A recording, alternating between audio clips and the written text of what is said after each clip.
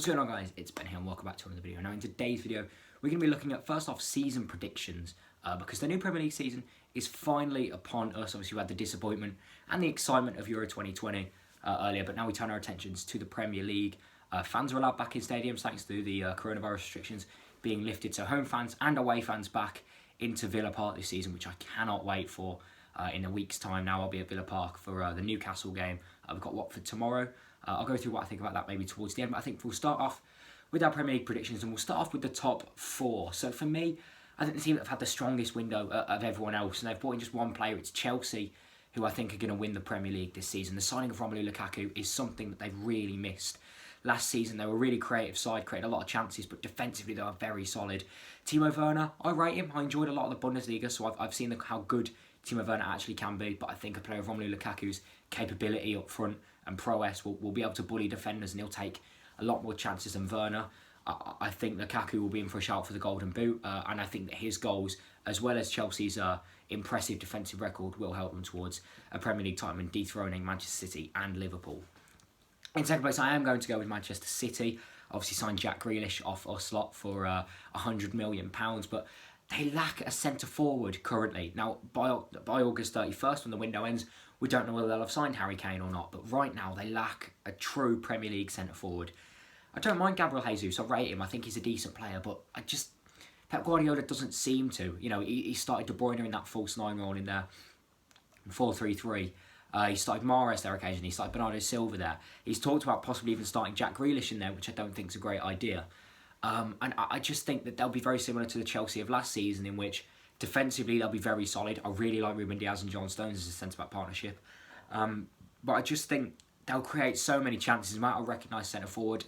The goals might be struggling to come through. And they might end up, dropping points. A win maybe turn into a draw because they're not taking their chances.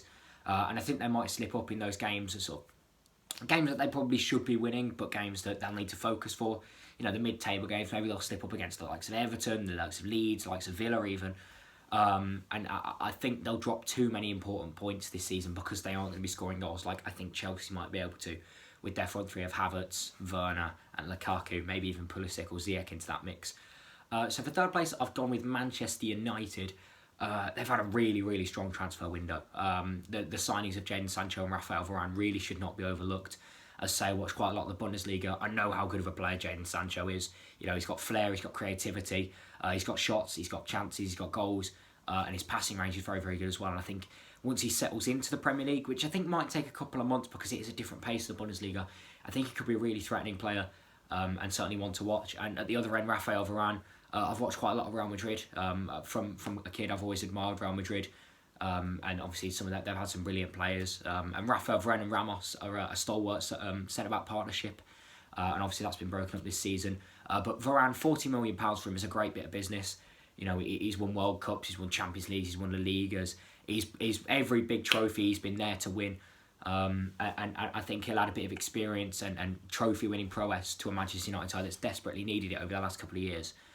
So for me, I think they'll take third place. I think there'll be quite a big gap between City and United, though. Possibly upwards of sort of 10 points-ish. And just below them, I'm going to go out on a limb and say by goal difference below them will be Liverpool. Now, I don't think Liverpool have particularly done anything wrong with this window, but the teams above them, City, United, and Chelsea, have had such strong windows that it's really impossible to call. I think you wouldn't look like a fool if you were to put Liverpool top and Chelsea fourth. It's that close in this top four. As I say, I think there'll be quite a gap between the top two and the other two. But really, I think this one could go any way. They've had an injury to Andrew Robertson recently. We don't know how long exactly he's out for, but apparently it was decent news. So they've got Kostas Tsimikas, who's going to be starting at left back for now.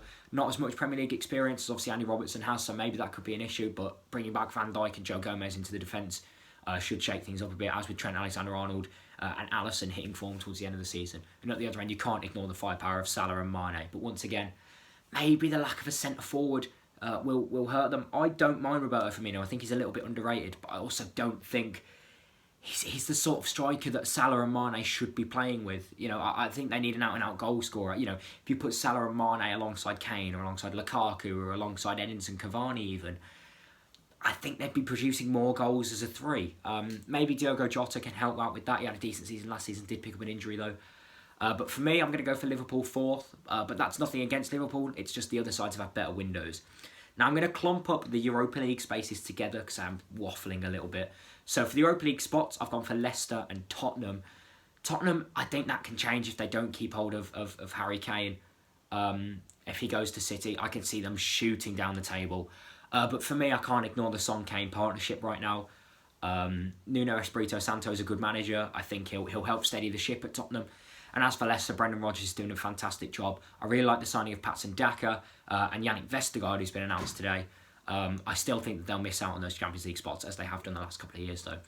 We'll go now from 7th to 10th. In 7th, I'm going to go with Rafa Benitez's Everton side. They've had a really decent window, a very underrated window as well. The likes of Demarai Gray and Andros Townsend coming in for less than £1 million is sensational business in this sort of market. And I think the experience of Rafa Benitez will help through, as well as goals from Clement Calvert-Lewin and Richarlison will help them. I don't know whether they'll be able to keep hold of James Rodriguez. I highly doubt it, considering he's made it public that he's not really happy at Everton. But I think they'll do enough just to sneak the UEFA Conference League this year and maybe get into Europe next year.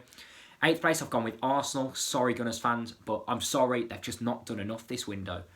They good business in keeping on with Emile Smith-Rowe. Obviously, Aston Villa were interested. Nuno Tavares at left back. I'm not sure about that signing. It doesn't really excite me. It's not the sort of one that I go, okay, I need to keep an eye on that player. Maybe it's because I don't watch much of the Portuguese league, but also maybe it's because it's not the sort of signing that a team like Arsenal really should be making. If the reports are true and they're going to be missing Aubameyang and Lacazette for tonight's game against Brentford, I back them to lose that. And I just think Arsenal are a club on such a downward spiral. And I don't think Mikel Arteta is the man for the job. In 9th place, I've gone with Leeds United. Can't look past them. Again, I've said that a couple of times in this video that you can't look past teams, but I think Leeds are really, really good, really underrated. Defensively, very underrated as well. They kept a lot of clean sheets last season. Elian Meslier, I think it was 14 clean sheets on par with Aston Villa's. And obviously people all talked about Leeds' dodgy defence, but actually they really pulled that back towards the end of the season. Patrick Bamford, as much as I really don't like him, is a terrific striker.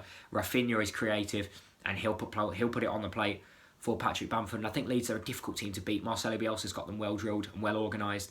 And I think that they'll be able to go toe-to-toe with some of the big teams in the league, like they did last season. They took points off City, took points off Liverpool, things like that.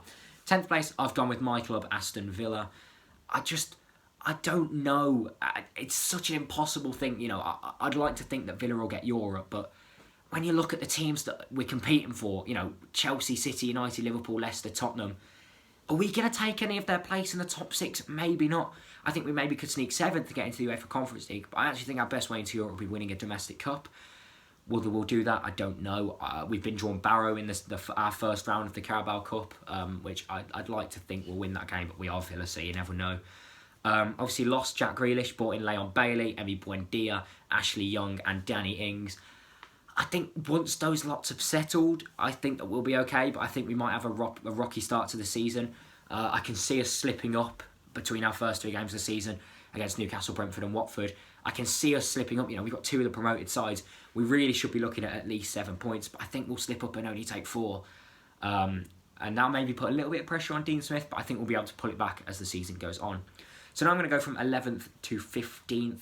In 11th place, I've got West Ham United. Finished in Europe, of course, last season, but I think the European hangover might just hit them too hard this season. Obviously, as it stands, they don't have Jesse Lingard. I know the reports are that maybe they can go in and make a bid for him. Not 100% sure how that's going to go. But I just think fixture congestion will be a massive thing. They'll be tired from European nights. We saw it happen to Sean Dyche's Burnley a couple of years ago, where they had a European tour and slipped down the league because of obviously maybe focusing on the Europa League games in front of them, resting players, etc. I think David Moyes is a good enough manager to manage that, but as I say, I look at the teams above them and I go, maybe they'll slip down the table because of that. I've gone Wolves in 12th, Bruno Lange's first season in the Premier League. I don't know with Wolves at the moment. They really could finish anywhere from 6th to 15th, really, for me. It all depends on how fit and raring to go Raul Jimenez is. I think he's a brilliant striker. Defensively as well, Connor Cody's a great player. I'm not sure how Bruno Lange will do in the Premier League. Obviously, he managed, I think, Benfica from the Portuguese League. As I said, don't watch the Portuguese League, don't know how he's done there. But I think Wolves are an interesting one, definitely one to keep your eye out for. 13th place, I've gone with Newcastle. Steve Bruce was steadied the ship there. The signing of Joe Willock is a really great signing. I can't ignore Alan St-Maximin and his brilliance. And I think Willock will chip in with enough goals to keep them relatively safe, but not really ambitious. You know, I can't see them looking towards Europe, but I also can't see them looking towards relegation. So I think for me, they're just going to be sitting around that sort of area, as are Brighton in 14th place. I think they'll have a better season than last season. I think Graham Potter's a good manager. I think the problem with Brighton was they were very easy on the eye, but they weren't taking chances. I think this season they might do a little better than that, but it all sort of depends. Can they get a striker through the door towards the end of the window? I don't mind Neil Maupay, but I just don't think he's as proven as a goal scorer as Brighton need. They need sort of reliance up top. You know, they had Danny Welbeck for bits of last season, and I thought he was really good, but they need consistent goal-scoring outlets, and for me, I just don't know whether they have that. 15th place, I'm going to go with a surprise package in Brentford, a newly promoted side finishing in 15th place. Ivan Toney is a brilliant striker, and I back him to break into the England squad this season because of a good performance in the Championship. I like Yenka from MC Midtjylland for Brentford, so I could just see things going well for them. I could just see things clicking into places. As I say, I think they'll beat Arsenal tonight, and I think they'll have a decent season. They'll have a chance to build over the next couple of seasons and can maybe get into the position that us or Leeds are, but I think they'll need to focus on survival, and I think they'll successfully do that, as will Burnley and Crystal Palace. I've got Burnley in 16th, Palace in 17th. Burnley is survival specialist. Sean Dyche has done his thing at Burnley now. He took them even to Europe a couple of years ago, as I mentioned earlier. They've had an okay window. They've not lost the likes of Chris Wood and Dwight McNeil and James Tarkowski and Nick Pope, but also they've not really brought in anyone else to bolster those options. So I think 16th is about fair for them. I can't see them going down, but I also can't see them pushing further up. As for Crystal Palace, I think you replace the epitome of consistency with Roy Hodgson with a so inexperienced manager in Patrick Vieira, and they've made championship signings as well. I think the signings are good. They've brought in youth. I like the signing of Joachim Andersen, but I just think some of the signings, they're looking too low. I think they need to look high divisions, maybe change their transfer policy a little bit, because I like signing young English players, but they're not going to help you right now. They're ones for the future. Get experience in. You know, lost the likes of James Tompkins, Scott Dan and Gary Cahill this season already. They're lacking in experience, and for me, I think they'll just avoid the drop. 18th place, I've gone with Watford. I just don't see what's different between this Watford and the Watford that went down 2 years ago. They've still got an ageing striker in Troy Deeney up top, an old goalkeeper in Ben Foster. You know, they've got players who are used to relegation. You know, I just don't see where the difference is. What's the contributing factor to them staying up this time, you know? Where's that big player that will bang 15 goals this season and keep them up alone? Where's that centre-half that will stalwart the defence and make them into a defensive unit? Where's the creative midfielder? I don't see it for Watford, and for this season, I'm going to put them to go down. Same with Norwich. I actually quite like Norwich's squad this season. I think Tumu Puki's a very underrated striker, as I think Todd Cantwell is a very good midfielder, but again, they lost Emi Buendia. They went down bottom with Emi Buendia. They've lost Emi Buendia. They've brought in Sargent from Werder Bremen, and they made another signing today. I can't remember what his name is. But again, they're not mind-boggling players. They're not the sort of player that you think, okay, he knows what he's doing. I just can't see Daniel Farkas men staying in the league. And if you've been thinking this video, you're probably thinking there's probably a team missing while I went through that mid-table section. And that's because bottom of the league, I've gone with Southampton. Sorry, Southampton fans, but you're going down this season. Your window has been really, really poor. Obviously, we nicked Danny Ings off them. He said that he was going to leave on a free at the end of the year. Something's not right in the dressing room. They've lost 9-0 2 seasons in a row. The manager, can he rebound from 2 9-0s? I don't mind Ralph Hasenhüttl, but if your manager's shipped 18 goals in 2 games, something is not right. I think Adam Armstrong will flop. He's a very good championship striker, but I don't think he'll adjust to the Premier League. I think maximum 6 or 7 goals for him this season. And defensively, they've just lost Yannick Vestergaard. I don't see where that player is anymore. You know, if last season you'd have set them to go down, you'd have looked silly, because Danny Ings was going to score goals. Danny Ings is going to keep them in the league, of course he will. This season, Adam Armstrong's not going to do that. Shea Adams isn't going to do that. Moussa Djenepo's not going to do that.